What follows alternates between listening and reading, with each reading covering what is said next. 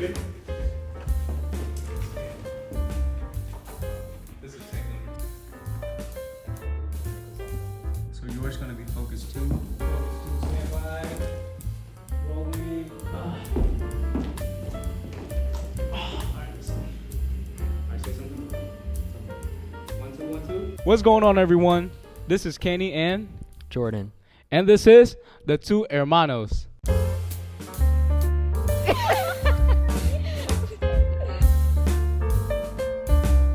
The two Hermanos.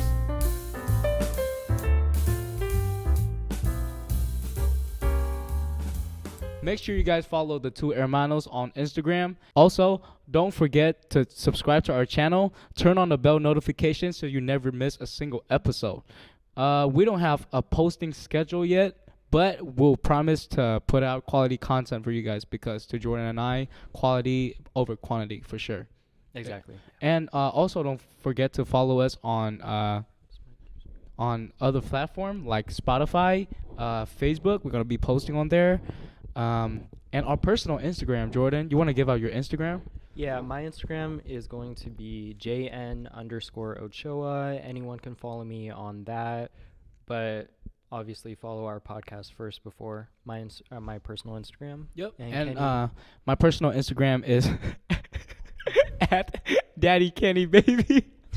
Bro, you're I'll put them somewhere up here or down here.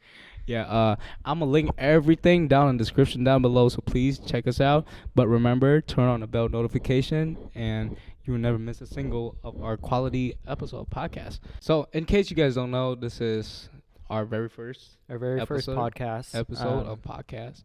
Yeah. Jordan, would you like to tell the people why is this podcast being on air today? We're starting this podcast because we want to give our separate ideas of where we grew up in the world. I grew up in the western part of the world. Kenny grew up in the eastern. In the eastern. We want to implement some forms of life coaching, and some might say that, oh, you're too young for those who know us. Yep. But we are going to give our perspectives on the young adult mind. Yep.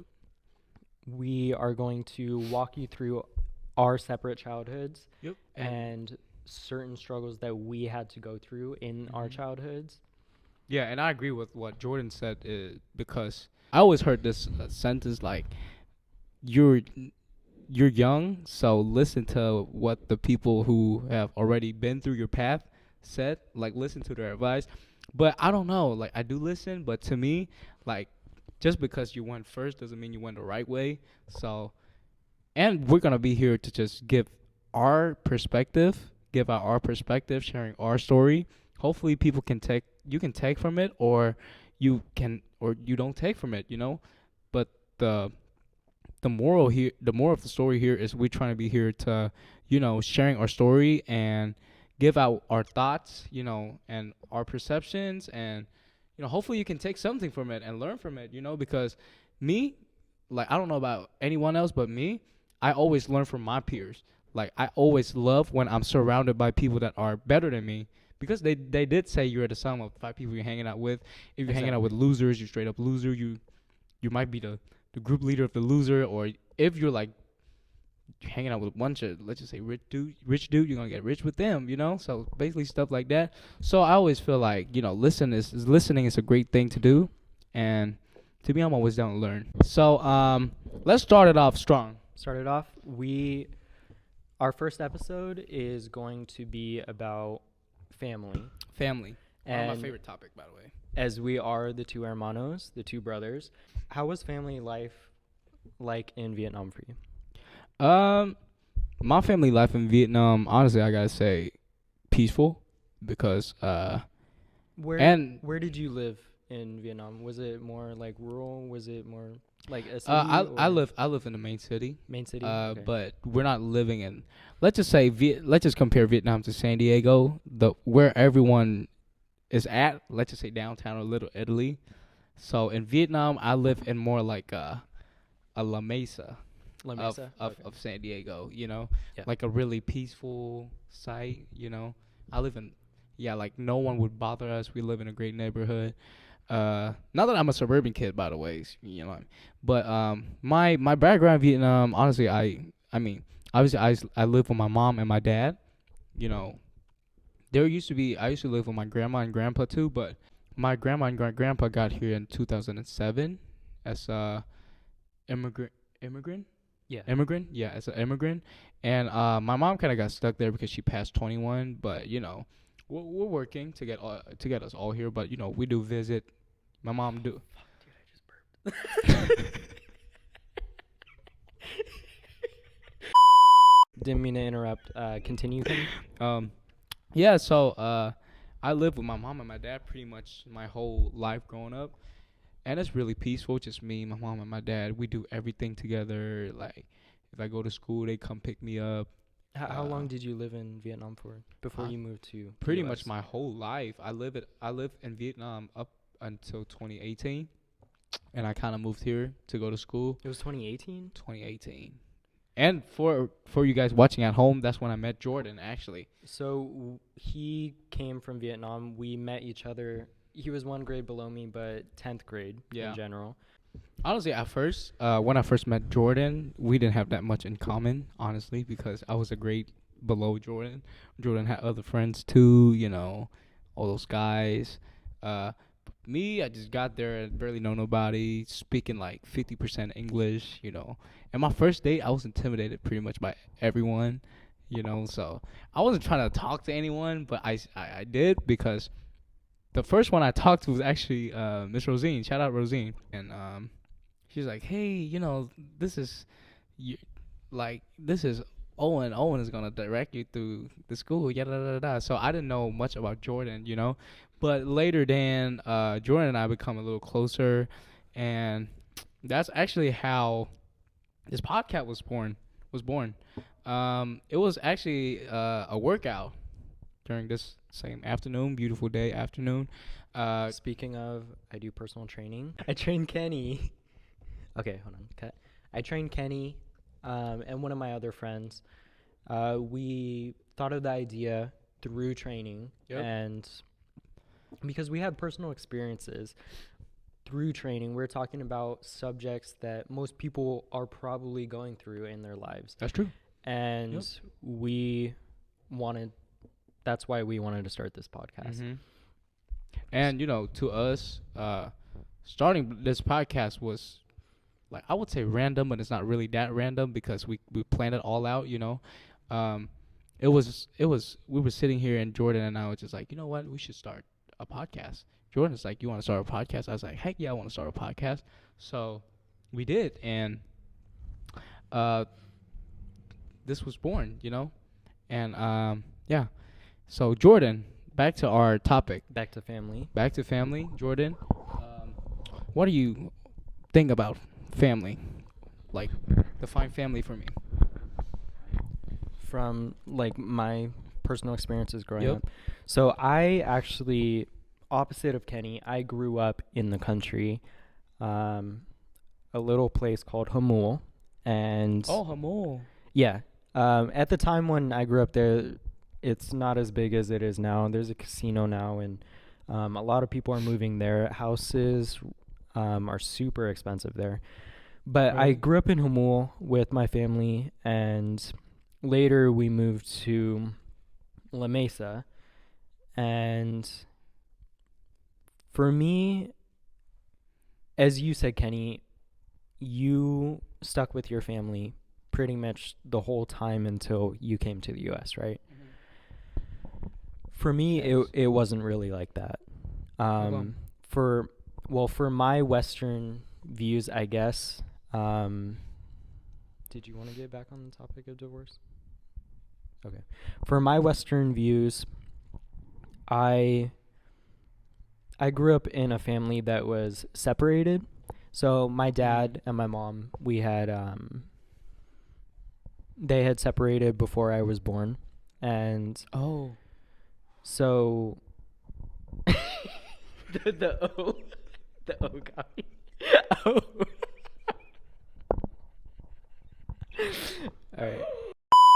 They had separated before I was born. My dad had joined the Border Patrol, and Oh, he was a border patrol. Border Patrol agent. Yeah, he moved down to Arizona to be a Border Patrol agent. So I was stuck with my mom and my grandparents in the countryside for a little while I was growing up. Um, for example,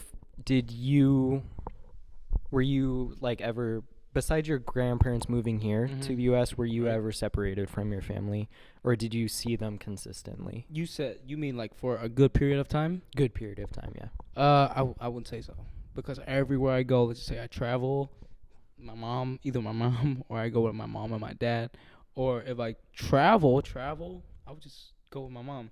There was a stretch that I would say like the most I ever gone without any family member is when I first came to America in 2015 as like a summer camp. So you didn't live with your grandparents when I didn't you live with first my came here? grandparent until, well, I did live with my grandparent because I was born in '04. Oh, okay. So they lived with me for a little bit, and when they left, I was a baby, man. I can't have any brief memory of that. I can only know about it through pictures and stuff. So, but yeah, pretty much I never been separated from them. So for me, it was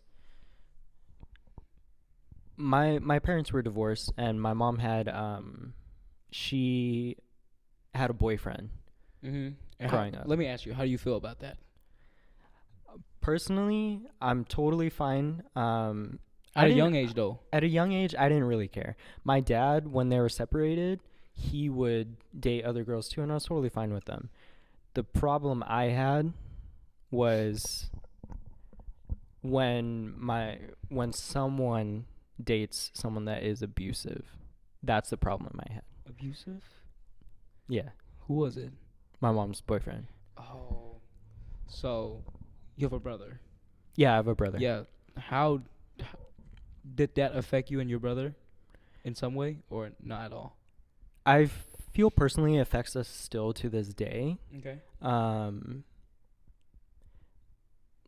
Does that create traumas for you guys? Like, yeah, it still does. And for example, that's why I wanted to that's why we're talking about certain subjects on this podcast. And for anyone out there that may be dealing with this, viewers' discretion is advised. But, or should we even say that? Are we going to put it? yeah, we're gonna put it. Okay. What was the question?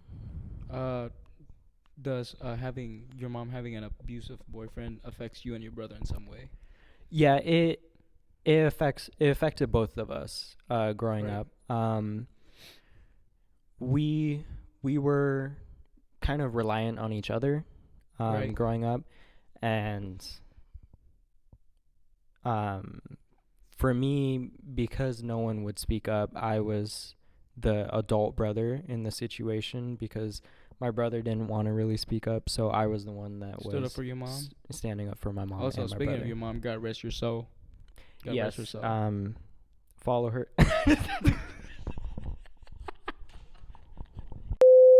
Speaking of Jordan's mom, God rest your soul. You know, She rest passed in peace. away last Yeah. year. But growing up in this type of family, it takes a toll on me every single day, and I know it does for my brother too. Yeah. Um, sure. For you, I do want to ask: was there, just from things I've heard, it's more strict parenting in certain countries on the eastern side.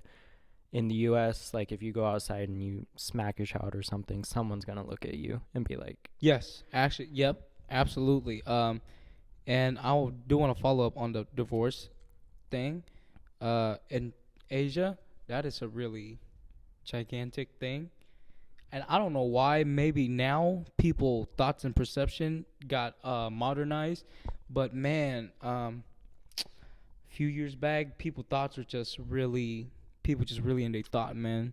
mm, Like, let's just say those two people, they got a divorce, right? And then they wouldn't be looking at that person the same anymore. Like, oh, you got divorced, now you're the bad person, or oh, you got divorced now. Nobody wants you no more. So Or is it kind of like it's when really strict, and you got pressure from family. from family to marry? Yep, absolutely, and it's a big thing. Like it's a big no. Like now, people making a decision for themselves, but back then, like the old Vietnamese, the family making decision for them. So like arranged marriages? Yep, arranged marriages. Actually, my granny, rest in peace, granny too. My granny, the reason how she met my great grandpa was actually arranged marriage. I think, if Oh, I'm wow. not mistaken. Yeah, They're happy together though? I think they were really happy together. They love each other. Um, yeah, they give birth to a lot of kids. My grandma was one of them. Your grandma. What'd you say? Your grandma? You mean your mom? No, my grandma. My grandma was one of the kids. Your grandma gave birth to your grandma? No, my granny gave birth to Oh, my your- grandma. So your great grandma. My great grandma, yeah, my Okay, granny. Cause you're Yeah. So yeah, man. A lot of that has instilled in me. So, to me, divorce is still a really big thing. So, I mean, I haven't got close to the point of getting married yet, but Was there any, well, for like family, was there any signs of abuse or anything like that? to me, no. To you, no. To me, no. But growing up as a young boy in Asia, there's a lot of pressure. You heard of, parents make you go to piano class or karate class, typical, Asian kid. But to me, my good thing is my mom, my dad never made me do any of that. They listen to me. I told my mom once, like, hey, Mom, I love singing. Like, I want to sing when I was a kid. I was like, Mom, I want to sing. She put me in singing school, make me do shows. That's how I got a little bit of, like, fame and stuff, or whatever you call that in Vietnam. My mom and my dad really listen to me. They're really good at listening. But yeah, to me, I never get pressure from my family. But, I think that the thing about me is I pressure myself. Like, okay, my family didn't put no pressure on me, so now it's on me to make it, to give it back to them, Yeah. So to this day, because you weren't under pressure or in these certain situations, has that affected you negatively, or are you happy that your family was the way that they were? think that there's no pressure on me. It's just from my family side. But to me, I think more than anyone, I put the pressure on myself the most, because I always carrying this pressure on my shoulder. Like, I want to be the first one to make it. I want to put my mom and my dad and my family in a nice house, never make them work a single day in their life anymore. Put them on a nice jet, and, put them on a yacht or whatever. Being able to take them on a holiday whenever or wherever they want. That pressure is big on me. And to me, money only doesn't motivate me that much. I was motivated by the fact that, people are actually inspired by me. I want to leave like a legacy behind too. You know what I mean? And I'm sure you too. You want to leave a legacy behind for, the people you love. You want to make the last name mean something. Exactly. Yeah. And you wanna you want kids to look up on you. Kids that you never know that exist, and somewhere they know who your name is.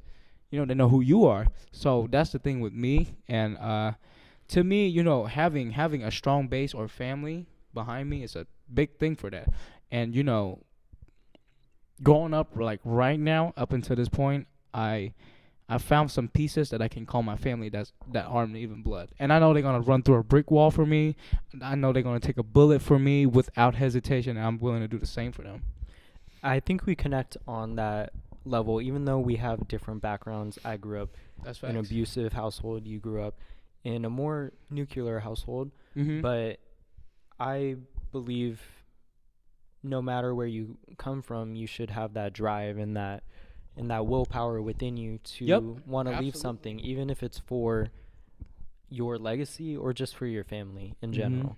And through this, like, we found each other for this podcast, and that's you're not like blood, but Yeah. we're family. Yeah. Yeah. For sure, bro. And I have a question. I have a question for Jordan. So obviously you've been through all these trauma. Yeah. Obviously you've been through all these things where you and your family got separate for a little bit, you know. But I know you personally, you being a bigger person, still keep a good relationship with your dad and your mom, you know. How would that affect you in the future, do you think? Like, how does that affect you in the future? How does that affect you right now in a way of you thinking and the philosophy of you for your life? For your life and for the people in your life that you love. So for the people I love in my life, I do try to keep them close. I've had disconnects with my family. Right? It's been hard to work on. It has been, especially Right. from a very rocky past. Mm-hmm. But in the end, it for me, it just comes down to there's not going to be a lot of time here, Right? and Fact. for legacies and everything, I want to make it worth it. Right? I want to be able to. I know I shouldn't ask for that validation from my family, but Take your time. I know I shouldn't ask for that validation from my family, but Mm-hmm. for me, in the end, it matters. Fuck. Take a sip. Take a sip. Okay. Check. I know how to get it out of you. So obviously now you're engaged, and your fiance's family really care for you, and also, they love you. So how do you take those kind of trauma from the past, and how does that affect you in the way you're thinking? How does that makes you a better person in the way you live? How will that make you become what kind of man you want to be in the future for the better? Not just for them, but for yourself and for your life and maybe for your kids and kids later. So for me, I personally want to be better for the person I'm with, and whatever future may come. Right. If I have kids in the future, if it includes grandchildren, anything, I want to make sure that starting weeks ago when I Right. started, I want to continue this path of wanting to be great. Right. Because for me, through my traumas and everything, it made me realize that I was missing one thing, which is very important for Right. every single person in this world, which is love. And being able to give that to your family and to your blood, Right. which should be the most important.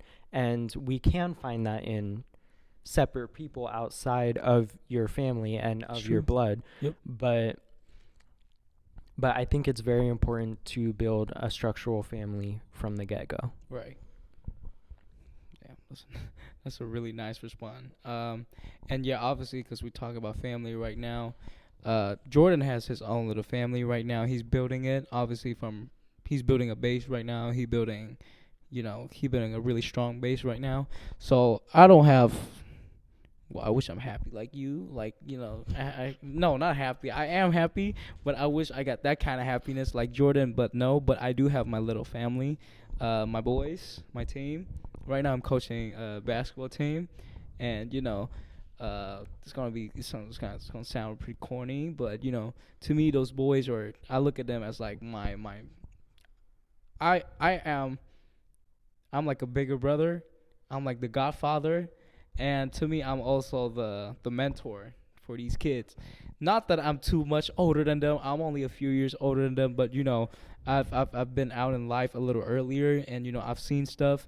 So, and I've been through stuff, so I know what it's like. So, being able to coach them it's a great experience, man. It's like a roller coaster. It's like up, down, up, down.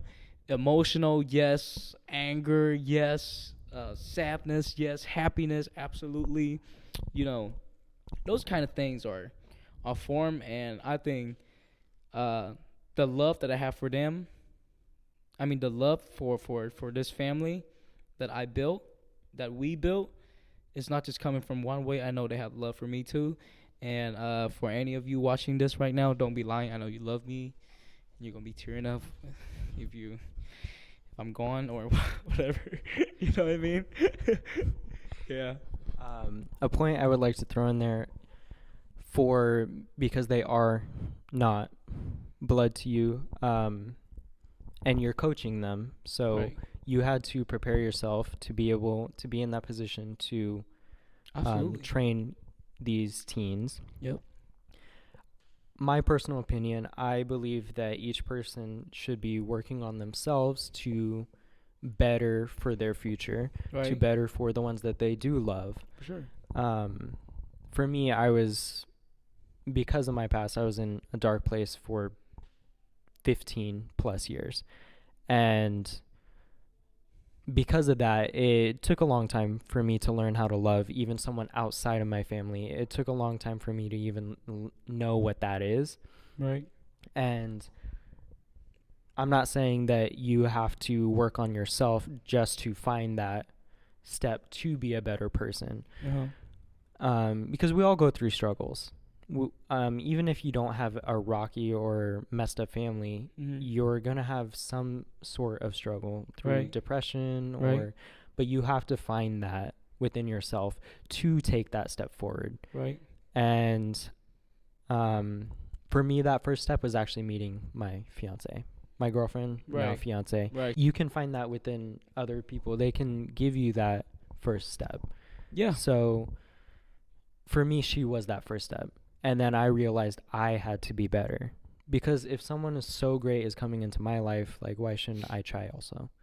And she taught me what it is to be with a family Right. and be loved by a family.